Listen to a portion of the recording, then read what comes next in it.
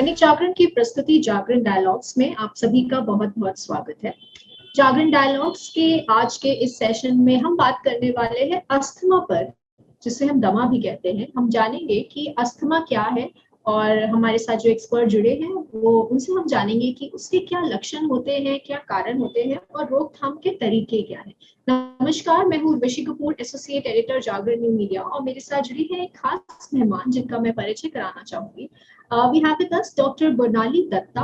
She is Director of Pulmonary Medicine, Respiratory and Sleep Medicine, Vedanta Hospital, Gurugram. Ma'am आपका बहुत बहुत स्वागत है। Thank you very much, Urvashi. और समय को जाया ना करते हुए हम सवालों का सिलसिला शुरू करते हैं। मेरा पहला सवाल डॉक्टर बनाली आपसे है कि क्योंकि हम अस्थमा पे बात कर रहे हैं, कि तो आप हमें बताएं कि क्या होता है अस्थमा और इसके जो सिम्टम्स होते हैं वो क्या होते हैं। अस्थमा एक डिजीज है जिसको दमा भी कहा जाता है, ब्रोंकाइटिस भी कहा जाता है। एंड इस बीमारी में क्या होता है कि सांस की जो नलियां है लंग्स में, हजारों नलियां होते हैं, वो टाइट हो जाते हैं। वो जितना ओपन होना चाहिए नॉर्मल पीपल में वो थोड़ा टाइट हो जाता है। That is in simple terms asthma, but it is a reversible process. It is called in medical terms a reversible air flow narrowing और ऑब्स्ट्रक्शन। तो ये अस्थमा का डेफिनेशन होता है ना। वजह इसका बहुत सारे होते हैं। The commonest is allergy. Allergic asthma is the disease जो हम सब रिकॉग्नाइज करते हैं, जो पेशेंट्स आते हैं हमारे पास सिम्टम्स के साथ। The second question you asked was इसका सिम्टम्स क्या होता है, कैसे हम पहचान पाएंगे कि ये अस्थमा है या दमा है, राइट? तो अस्थमा का सिम्टम्स होता है खांसी, सांस फूलना, वीजिंग, छाती में भारीपन या जकड़न या टाइटनेस, और वीजिंग होता है जैसे छाती से सीटी जैसे आवाज आना। ये बहुत क्लासिकल होता है अस्थमा के लिए। कुछ और बीमारियों में भी देखा जाता है, पर अस्थमा के लिए बहुत क्लासिकल होता है। कोई पेशेंट कहता है कि मुझे वीजिंग हो रहा है, then our first diagnosis is asthma. फिर इन्वेस्टिगेट आगे करना पड़ता है, एग्जामिन करना पड़ता है, but usually that is the cause. जी, सो क्या अस्थमा भी डिफरेंट टाइप्स का होता है, एज इन क्या डिफरेंट काइंड्स ऑफ अस्थमा भी होता है? अगर ऐसा है तो प्लीज आप थोड़ा डिटेल में हमें बताएं। Absolutely. So asthma has several types, and now our understanding over the last 10 years has increased a lot. तो asthma को phenotypes of asthma कहा जाता है, मतलब जो different types होते हैं। The biggest component is allergic asthma.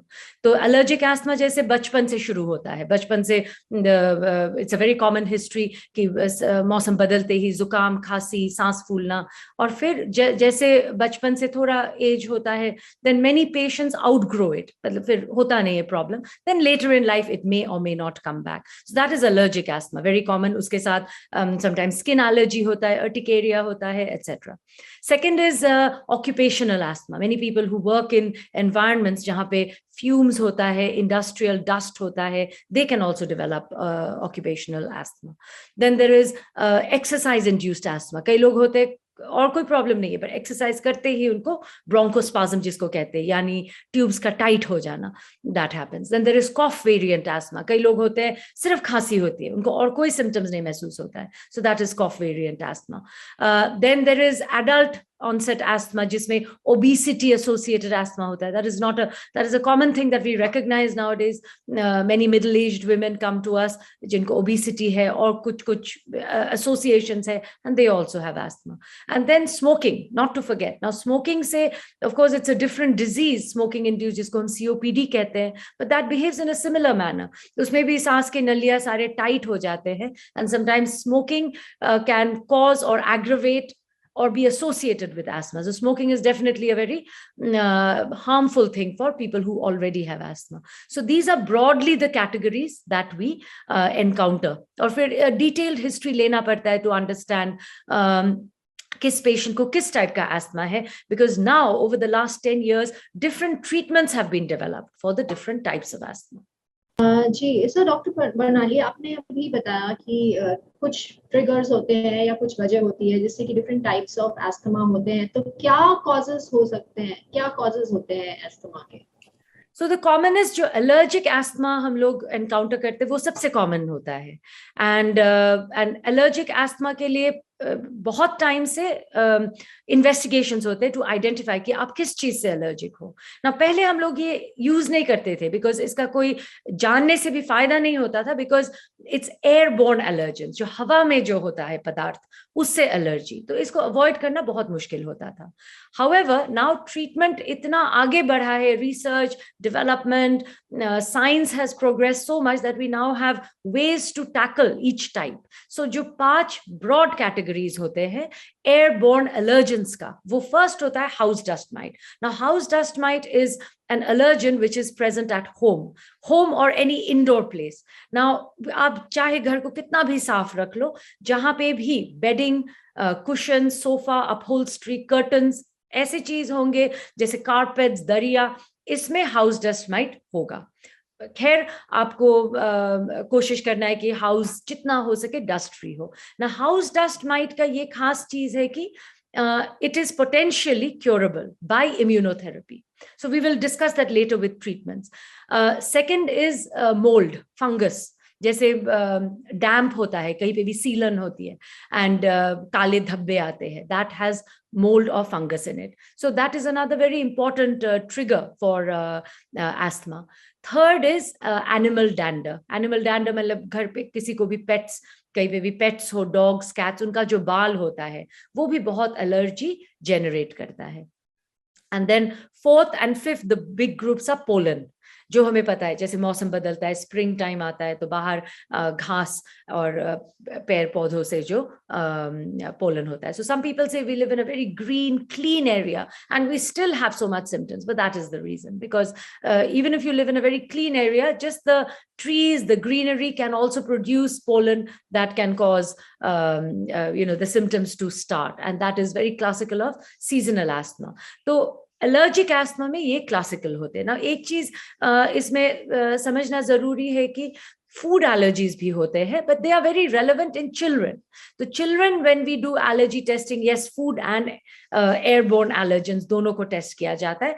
Adults में food allergy is of no relevance. तो बहुत लोग टोटल एलर्जी पैकेज करके हमारे पास आते हैं और फिर उनमें देखा जाता है कि allergy to lemon, to potato, to this, to milk. Now don't take that at face value. तो ये जरूरी नहीं कि आप एलर्जिक है। बाय एडल्टहुड ऐसा होता है कि आपको पता होता है, कई लोग होते हैं कि हाँ हम पीनट से एलर्जिक, हमें पता है, so do avoid that at all cost. But ये allergy testing is not so accurate for food allergies in adults, so we don't recommend it. We just recommend the comprehensive जो airborne allergens का टेस्टिंग होता है। But yes, these are the common things for allergy induced. Then of course as I mentioned occupational होता है, बहुत लोगों का clear cut history होता है, जब हम काम पे जाते हैं हमारा problems बढ़ जाता है।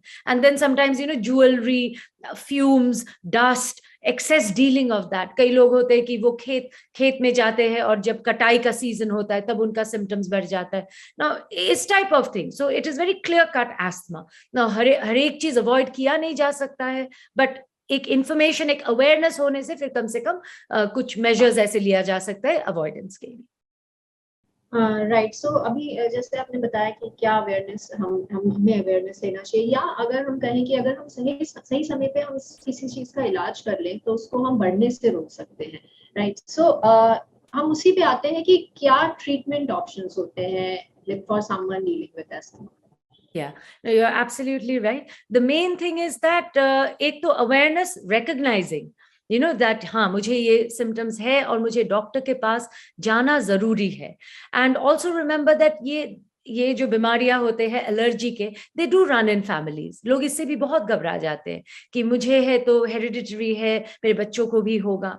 Now unfortunately yes it does run in families, but वो कोई बहुत बड़ी चिंता की बात नहीं है, बिकॉज ये बीमारी बहुत कॉमन है, बहुतों को होता है।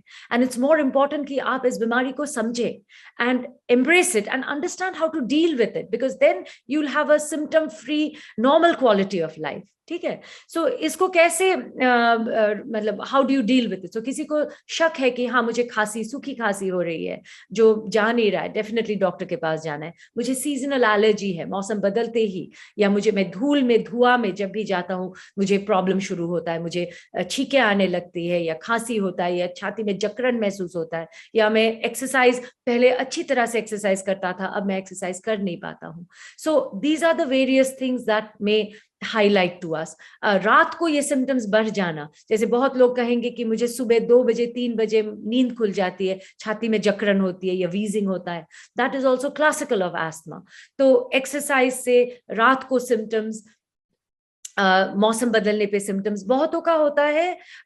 ये जुड़ा हुआ क्लोजली विथ डाइट, जैसे खाने के बाद, हैवी मील के बाद जो पेट फूल जाता है, गैस होती है, उससे भी ऐसे लगता है कि सांस नहीं आ रहा है, सांस फूल रहा है, जकड़न हो रहा है। सो ये 2-3 चीजें, एसिड रिफ्लक्स, एसिडिटी, ये बहुत कॉमन एसोसिएशंस होता है एस्थमा के साथ।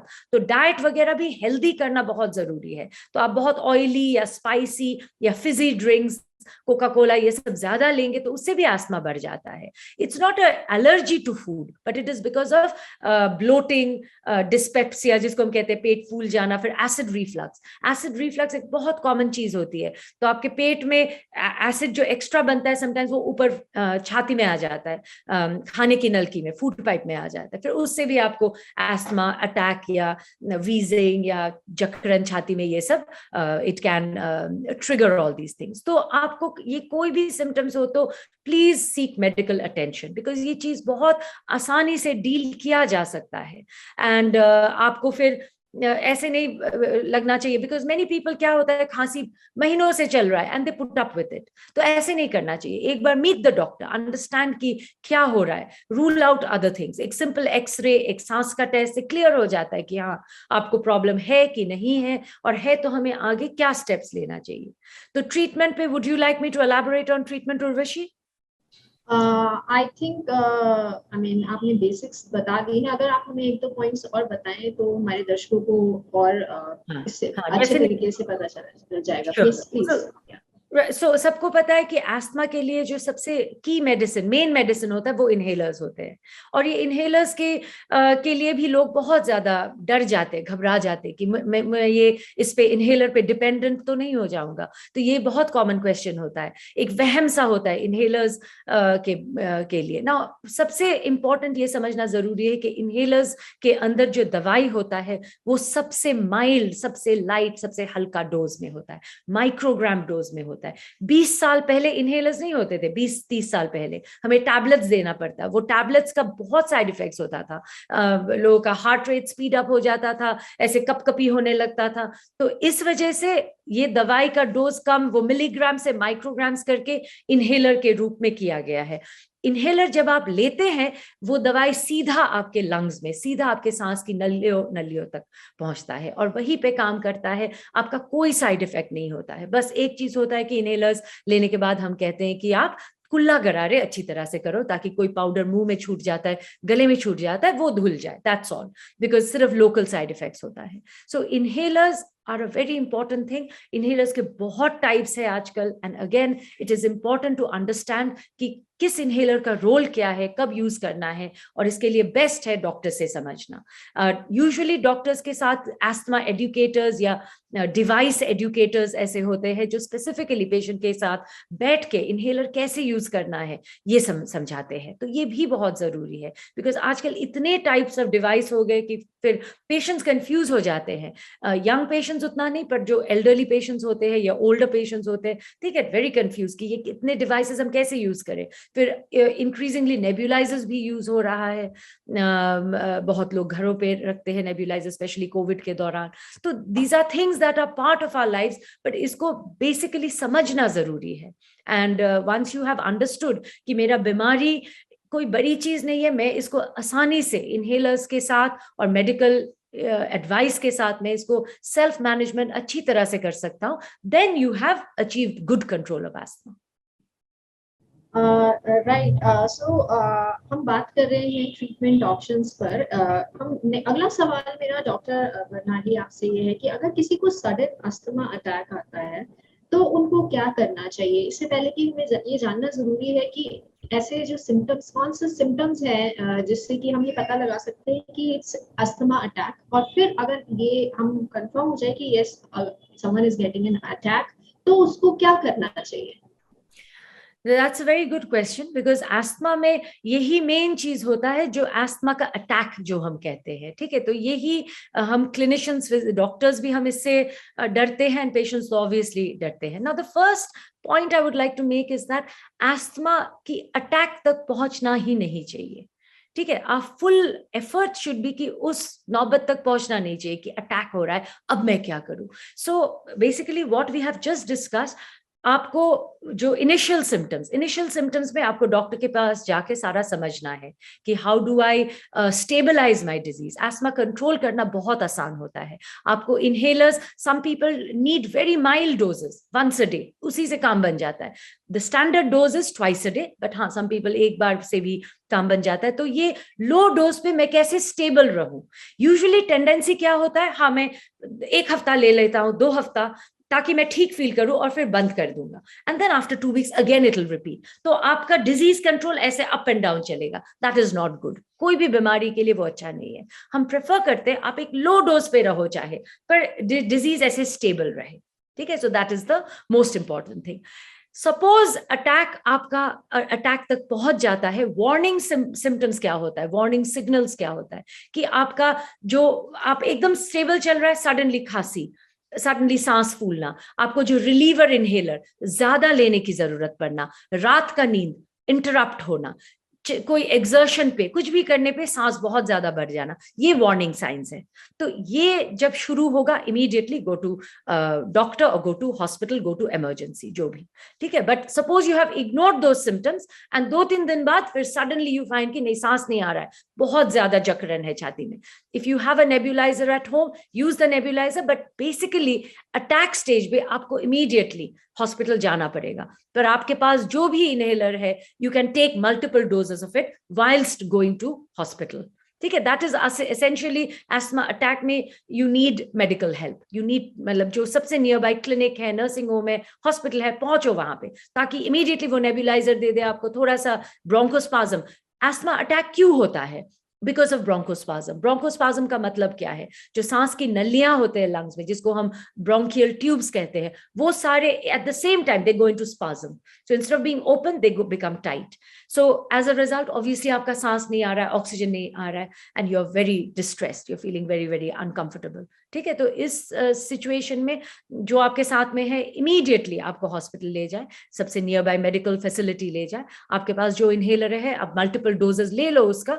We don't recommended it normally, but जैसे अटैक के सिचुएशन में, then whatever you have to take.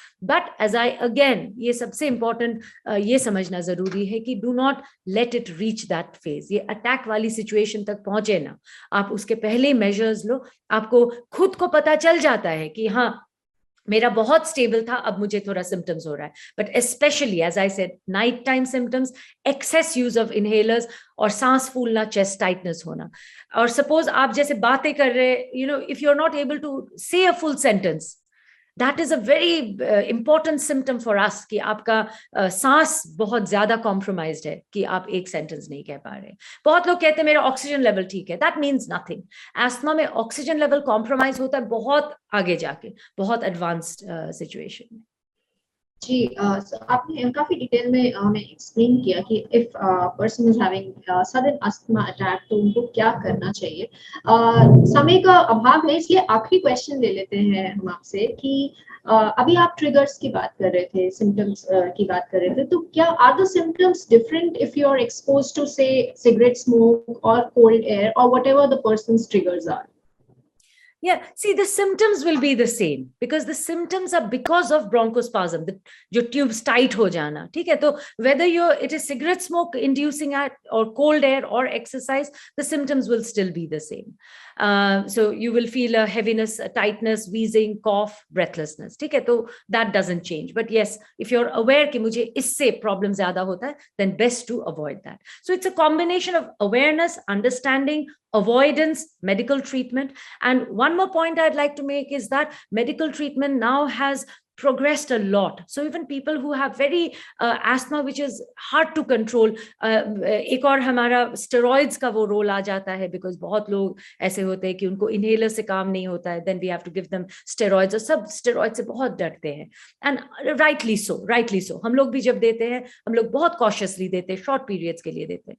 But now we have very good injections and other things. Of course, these are very high-end treatment, and only doctors who have the experience, specialists can only give it. But it's just to make the viewers aware कि आजकल बहुत options है हमारे पास, तो जिसको भी है, don't fear the asthma, but seek advice, seek help, and together as a team with the medical practitioners, with the healthcare workers, we can really make the illness much very easy to deal with. You can lead a normal life. Quality of life is perfect. आप exercise भी कर सकते हो, आप holiday के लिए high altitude भी जा सकते हो. Everything is possible now, so long as we understand the disease and keep it under control.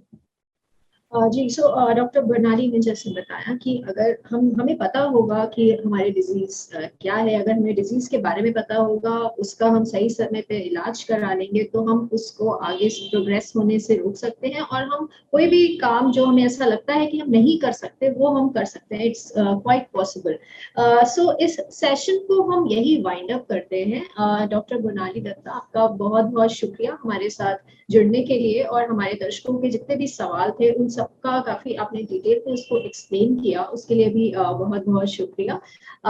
इस सेशन को हम यही एंड कर रहे हैं. हम अगले वेडनेसडे फिर मिलेंगे एक न्यू एक्सपर्ट के साथ, नए हेल्थ टॉपिक के साथ, और इस सेशन को आप देख सकते हैं दैनिक जागरण के फेसबुक पेज पर, और कुछ ही देर में हम इसको दैनिक जागरण के यूट्यूब चैनल पे भी पोस्ट करेंगे. सो आप अपने फ्रेंड्स और रिलेटिव्स के साथ भी इसके लिंक को शेयर कर सकते हैं. Thank you so much everybody, and thank you doctor Barnali for joining. Thank you so much.